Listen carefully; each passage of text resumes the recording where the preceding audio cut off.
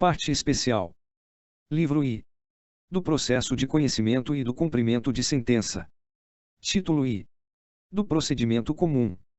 Capítulo I. Disposições gerais. Art. 318. Aplicar-se a todas as causas o procedimento comum, salvo disposição em contrário deste Código ou de lei. Parágrafo único. O procedimento comum aplicar-se subsidiariamente aos demais procedimentos especiais e ao processo de execução.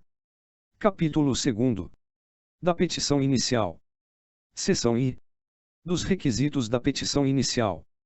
Art. 319. A petição inicial indicará: I. O juízo a que é dirigida. Segunda, os nomes, os prenomes, o estado civil, a existência de união estável, a profissão, o número de inscrição no cadastro de pessoas físicas ou no cadastro nacional da pessoa jurídica, o endereço eletrônico, o domicílio e a residência do autor e do réu. Terceira, o fato e os fundamentos jurídicos do pedido. Quarta, o pedido com as suas especificações. V. O valor da causa. Sexta, as provas com que o autor pretende demonstrar a verdade dos fatos alegados. Sétima, a opção do autor pela realização ou não de audiência de conciliação ou de mediação. Primeiro, caso não disponha das informações previstas no inciso 2º, poderá o autor, na petição inicial, requerer ao juiz diligências necessárias à sua obtenção. Segundo, a petição inicial não será indeferida se, a despeito da falta de informações a que se refere o inciso 2º, for possível a citação do réu. Terceiro, a petição inicial não será indeferida pelo não atendimento ao disposto no inciso 2º deste artigo se a obtenção de tais informações tornar impossível ou excessivamente oneroso o acesso à justiça. Art. 320. A petição inicial será instruída com os documentos indispensáveis à propositura da ação. Art. 321. O juiz, ao verificar que a petição inicial não preenche os requisitos dos arts. 319 e 320 ou que apresenta defeitos e irregularidades capazes de dificultar o julgamento de mérito, determinará que o autor, no prazo de 15 dias, a emende ou a complete, indicando com precisão o que deve ser corrigido ou completado. Parágrafo único. Se o autor não cumprir a diligência, o juiz indeferirá a petição inicial. Seção 2ª.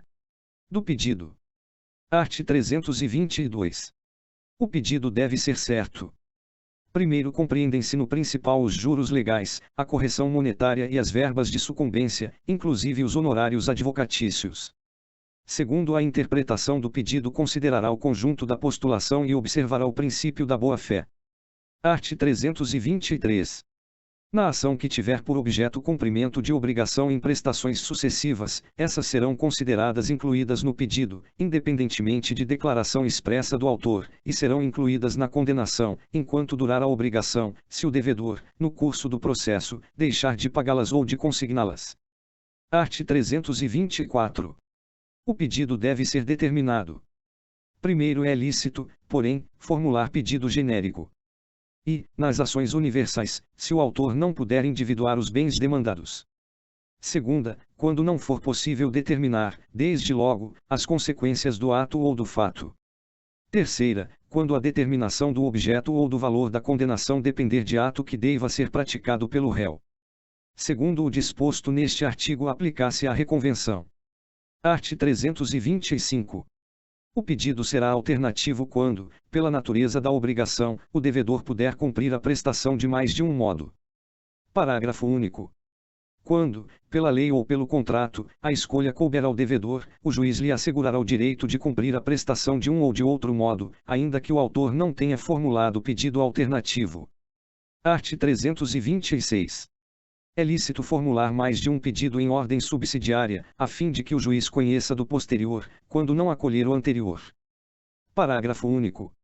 É lícito formular mais de um pedido, alternativamente, para que o juiz acolha um deles. Art. 327. É lícita a acumulação, em um único processo, contra o mesmo réu, de vários pedidos, ainda que entre eles não haja conexão.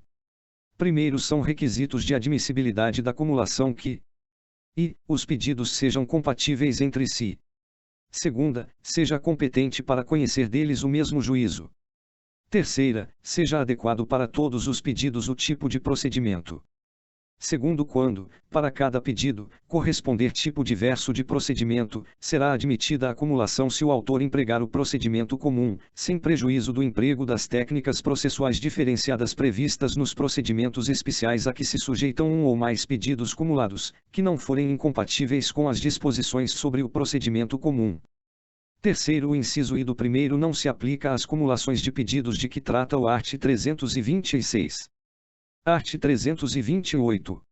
Na obrigação indivisível com pluralidade de credores, aquele que não participou do processo receberá sua parte, deduzidas as despesas na proporção de seu crédito. Art. 329.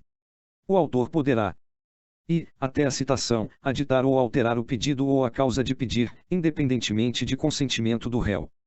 Segunda, até o saneamento do processo, aditar ou alterar o pedido e a causa de pedir, com consentimento do réu, assegurado o contraditório mediante a possibilidade de manifestação deste no prazo mínimo de 15 dias, facultado o requerimento de prova suplementar. Parágrafo único. Aplicar-se o disposto neste artigo à reconvenção e à respectiva causa de pedir. Seção 3ª. Do indeferimento da petição inicial. Art. 330. A petição inicial será indeferida quando for inepta. Segunda, a parte for manifestamente ilegítima. Terceira, o autor carecer de interesse processual. Quarta, não atendidas as prescrições dos arts. 106 e 321. Primeiro, considera-se inepta a petição inicial quando lhe faltar pedido ou causa de pedir. Segunda, o pedido for indeterminado, ressalvadas as hipóteses legais em que se permite o pedido genérico. Terceira, da narração dos fatos não decorrer logicamente a conclusão. Quarta, contiver pedidos incompatíveis entre si. Segundo, nas ações que tenham por objeto a revisão de obrigação decorrente de empréstimo, de financiamento ou de alienação de bens, o autor terá de, sob pena de inépcia, discriminar na petição inicial, dentre as obrigações contratuais, aquelas que pretende controverter, além de quantificar o valor incontroverso do débito. Terceiro, na hipótese do segundo, o valor incontroverso deverá continuar a ser pago no tempo e modo contratados. Art. 331. Indeferida a petição inicial, o autor poderá apelar, facultado ao juiz, no prazo de 5 dias, retratar-se.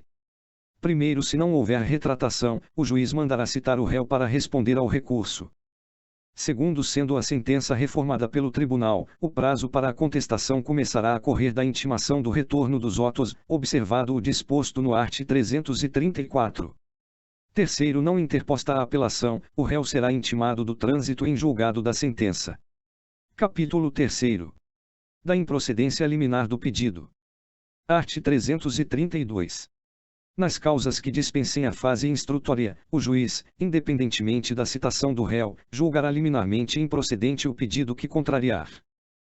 Enunciado de súmula do Supremo Tribunal Federal ou do Superior Tribunal de Justiça. Segunda, acórdão proferido pelo Supremo Tribunal Federal ou pelo Superior Tribunal de Justiça em julgamento de recursos repetitivos.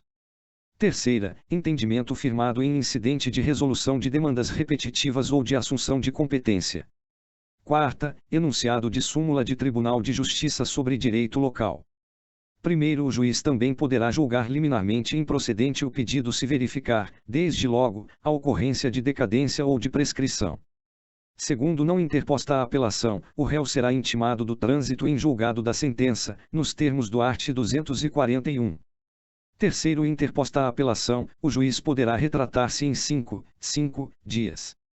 Quarto, se houver retratação, o juiz determinará o prosseguimento do processo, com a citação do réu, e, se não houver retratação, determinará a citação do réu para apresentar contrarrações, no prazo de 15 dias. Capítulo 4. Da conversão da ação individual em ação coletiva. Art. 333. Vetado. Capítulo V. Da audiência de conciliação ou de mediação. Art. 334. Se a petição inicial preencher os requisitos essenciais e não for o caso de improcedência liminar do pedido, o juiz designará audiência de conciliação ou de mediação com antecedência mínima de 30 dias, devendo ser citado o réu com pelo menos 20 dias de antecedência. Primeiro, o conciliador ou mediador, onde houver, atuará necessariamente na audiência de conciliação ou de mediação, observando o disposto neste Código, bem como as disposições da Lei de Organização Judiciária.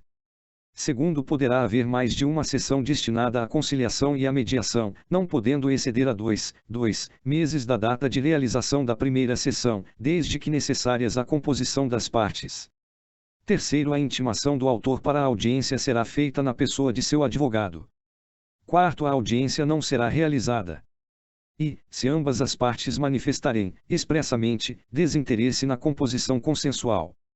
Segunda, quando não se admitir a autocomposição.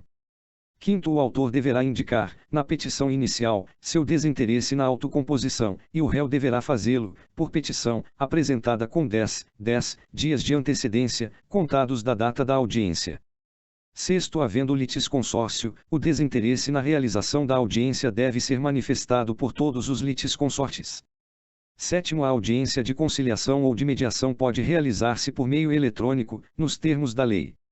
Oitavo, o não comparecimento injustificado do autor ou do réu à audiência de conciliação é considerado ato atentatório à dignidade da justiça e será sancionado com multa de até 2% da vantagem econômica pretendida ou do valor da causa, revertida em favor da União ou do Estado.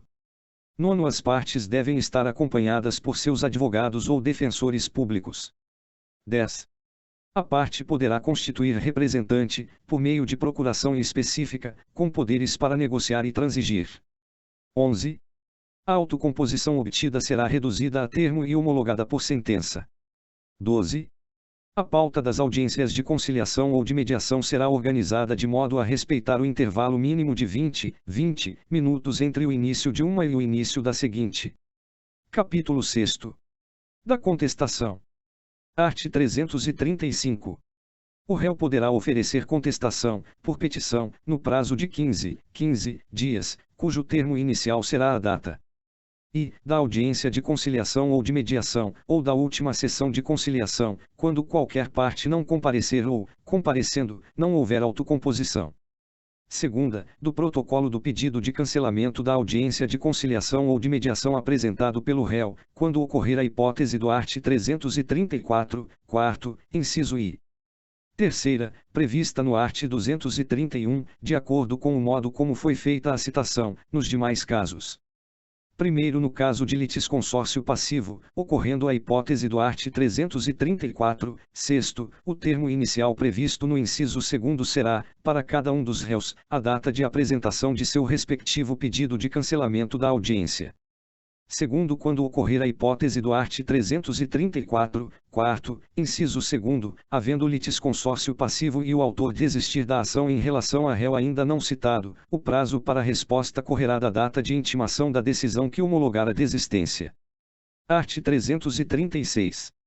Incumbe ao réu alegar, na contestação, toda a matéria de defesa, expondo as razões de fato e de direito com que impugna o pedido do autor e especificando as provas que pretende produzir. Art. 337. Incumbe ao réu, antes de discutir o mérito, alegar inexistência ou nulidade da citação. Segunda, incompetência absoluta e relativa. Terceira, incorreção do valor da causa. Quarta, inépcia da petição inicial. Perempção. Sexta, litispendência. Sétima, coisa julgada. Oitava, conexão. Nona, incapacidade da parte, defeito de representação ou falta de autorização. X. Convenção de arbitragem. 11. Ausência de legitimidade ou de interesse processual. 12. Falta de caução ou de outra prestação que a lei exige como preliminar. 13. Indevida concessão do benefício de gratuidade de justiça. Primeiro, verifica-se a litispendência ou a coisa julgada quando se reproduz ação anteriormente ajuizada. Segundo, uma ação é idêntica à outra quando possui as mesmas partes, a mesma causa de pedir e o mesmo pedido. Terceiro, a litispendência quando se repete a ação que está em curso. Quarto, a coisa julgada quando se repete a ação que já foi decidida por decisão transitada em julgado. Quinto, excetuadas a convenção de arbitragem e a incompetência relativa, o juiz conhecerá de ofício das matérias enumeradas neste artigo. Sexto, a ausência de alegação da existência de convenção de arbitragem, na forma prevista neste capítulo, implica a aceitação da jurisdição estatal e renúncia ao juízo arbitral. Art. 338. Alegando o réu, na contestação, ser parte ilegítima ou não ser o responsável pelo prejuízo invocado, o juiz facultará ao autor, em 15 dias, a alteração da petição inicial para a substituição do réu. Parágrafo único. Realizada a substituição, o autor reembolsará as despesas e pagará os honorários ao procurador do réu excluído, que serão fixados entre 3 e 5% do valor da causa ou, sendo este irrisório, nos termos do art. 85, oitavo. Art. 339. Quando alegar sua ilegitimidade, incumbe ao réu indicar o sujeito passivo da relação jurídica discutida sempre que tiver conhecimento, sob pena de arcar com as despesas processuais e de indenizar o autor pelos prejuízos decorrentes da falta de indicação. Primeiro, o autor, ao aceitar a indicação, procederá, no prazo de 15 dias, à alteração da petição inicial para a substituição do réu, observando-se, ainda, o parágrafo único do art. 338. Segundo, no prazo de 15 dias, o autor pode optar por alterar a petição inicial para incluir, como litisconsorte passivo, o sujeito indicado pelo réu. Art. 340.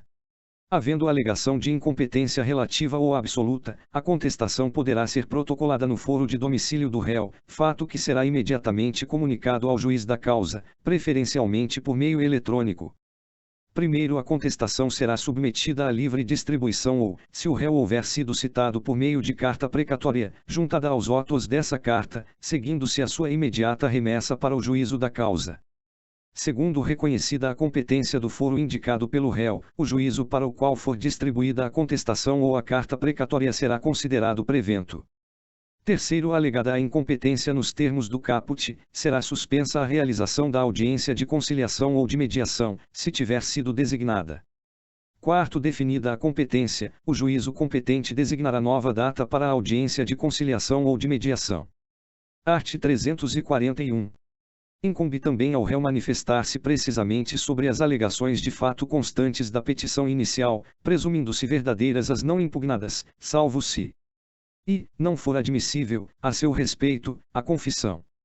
Segunda, a petição inicial não estiver acompanhada de instrumento que a lei considerar da substância do ato. Terceira, estiverem em contradição com a defesa, considerada em seu conjunto. Parágrafo único.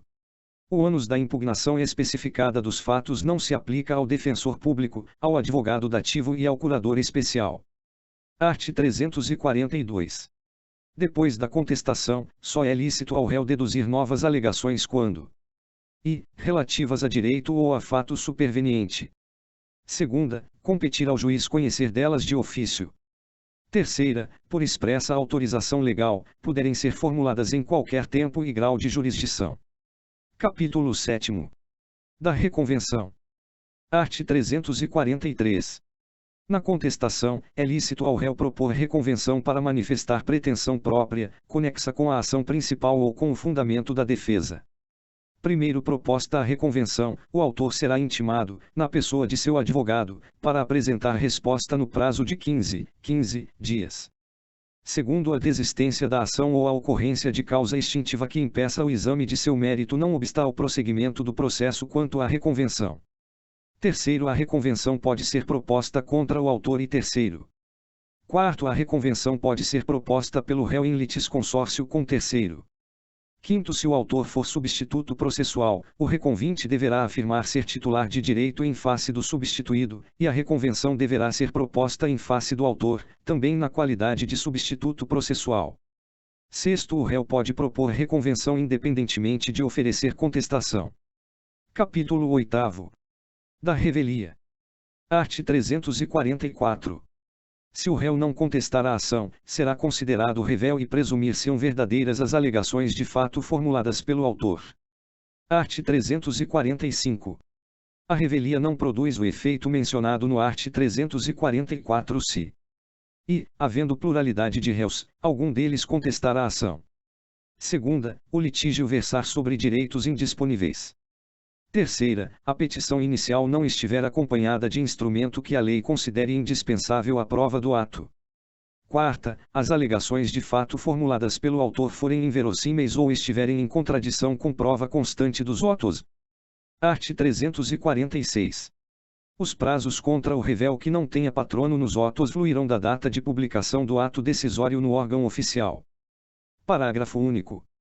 O réu poderá intervir no processo em qualquer fase, recebendo-o no estado em que se encontrar. Capítulo 9. Das providências preliminares e do saneamento. Art. 347.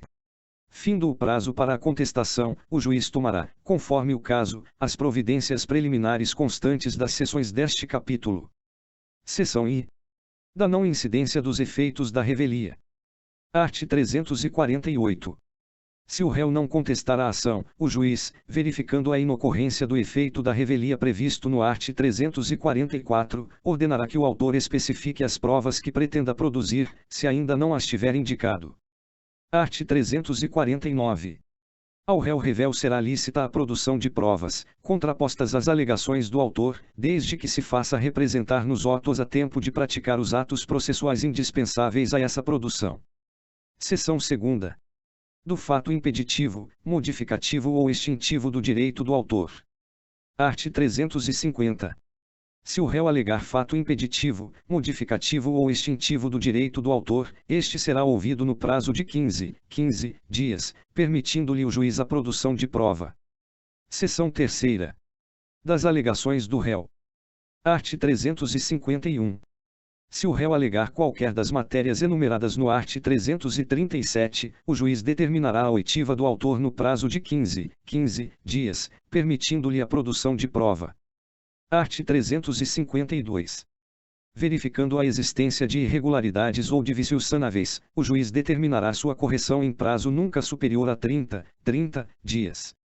Art. 353.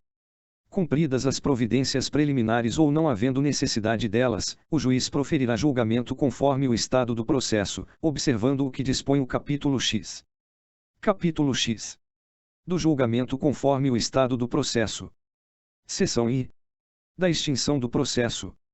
Art. 354. Ocorrendo qualquer das hipóteses previstas nos arts. 485 e 487, incisos 2ª e 3ª, o juiz proferirá sentença. Parágrafo único. A decisão a que se refere o caput pode dizer respeito a apenas parcela do processo, caso em que será impugnável por agravo de instrumento. Seção 2ª. Do julgamento antecipado do mérito. Art. 355.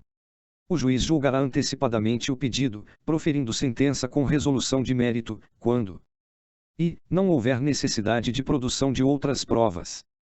Segunda, o réu for réu, ocorrer o efeito previsto no art. 344 e não houver requerimento de prova, na forma do art. 349. Seção 3ª. Do julgamento antecipado parcial do mérito. Art. 356. O juiz decidirá parcialmente o mérito quando um ou mais dos pedidos formulados ou parcela deles e mostrar-se incontroverso. Segunda, estiver em condições de imediato julgamento, nos termos do art. 355. Primeiro, a decisão que julgar parcialmente o mérito poderá reconhecer a existência de obrigação líquida ou ilíquida. Segundo, a parte poderá liquidar ou executar, desde logo, a obrigação reconhecida na decisão que julgar parcialmente o mérito, independentemente de caução, ainda que haja recurso contra essa interposto. Terceiro, na hipótese do segundo, se houver trânsito em julgado da decisão, a execução será definitiva. Quarto, a liquidação e o cumprimento da decisão que julgar parcialmente o mérito poderão ser processados em autos suplementares, a requerimento da parte ou a critério do juiz. Quinto, a decisão proferida com base neste artigo é impugnável por agravo de instrumento. Seção 4ª. Do saneamento e da organização do processo. Art. 357. Não ocorrendo nenhuma das hipóteses deste capítulo, deverá o juiz, em decisão de saneamento e de organização do processo, e resolver as questões processuais pendentes, se houver. Segunda, delimitar as questões de fato sobre as quais recairá a atividade probatória, especificando os meios de prova admitidos. Terceira, definir a distribuição do ônus da prova, observado o art. 373. Quarta, delimitar as questões de direito relevantes para a decisão do mérito. V. Designar, se necessário, audiência de instrução e julgamento. Primeiro realizado o saneamento, as partes têm o direito de pedir esclarecimentos ou solicitar ajustes, no prazo comum de 5 dias, findo o qual a decisão se torna estável. Segundo, as partes podem apresentar ao juiz, para homologação, delimitação consensual das questões de fato e de direito a que se referem os incisos 2ª e 4ª, a qual, se homologada, vincula as partes e o juiz. Terceiro, se a causa apresentar complexidade em matéria de fato ou de direito, deverá o juiz designar audiência para que o saneamento seja feito em cooperação com as partes, oportunidade em que o juiz, se for o caso, convidará as partes a integrar ou esclarecer suas alegações. Quarto, caso tenha sido determinada a produção de prova testemunhal, o juiz fixará prazo comum não superior a 15 dias para que as partes apresentem rol de testemunhas. Quinto, na hipótese do terceiro, as partes devem levar, para a audiência prevista, o respectivo rol de testemunhas. Sexto, o número de testemunhas arroladas não pode ser superior a 10, sendo 3, no máximo, para a prova de cada fato. Sétimo, o juiz poderá limitar o número de testemunhas levando em conta a complexidade da causa e dos fatos individualmente considerados. Oitavo, caso tenha sido determinada a produção de prova pericial, o juiz deve observar o disposto no art. 465 e, se possível, estabelecer, desde logo, calendário para sua realização. Nono, as pautas deverão ser preparadas com intervalo mínimo de uma hora entre as audiências. Capítulo 11. Da audiência de instrução e julgamento. Art. 358. No dia e na hora designados, o juiz declarará aberta a audiência de instrução e julgamento e mandará apregoar as partes e os respectivos advogados, bem como outras pessoas que dela devam participar. Art. 359. Instalada a audiência, o juiz tentará conciliar as partes, independentemente do emprego anterior de outros métodos de solução consensual de conflitos,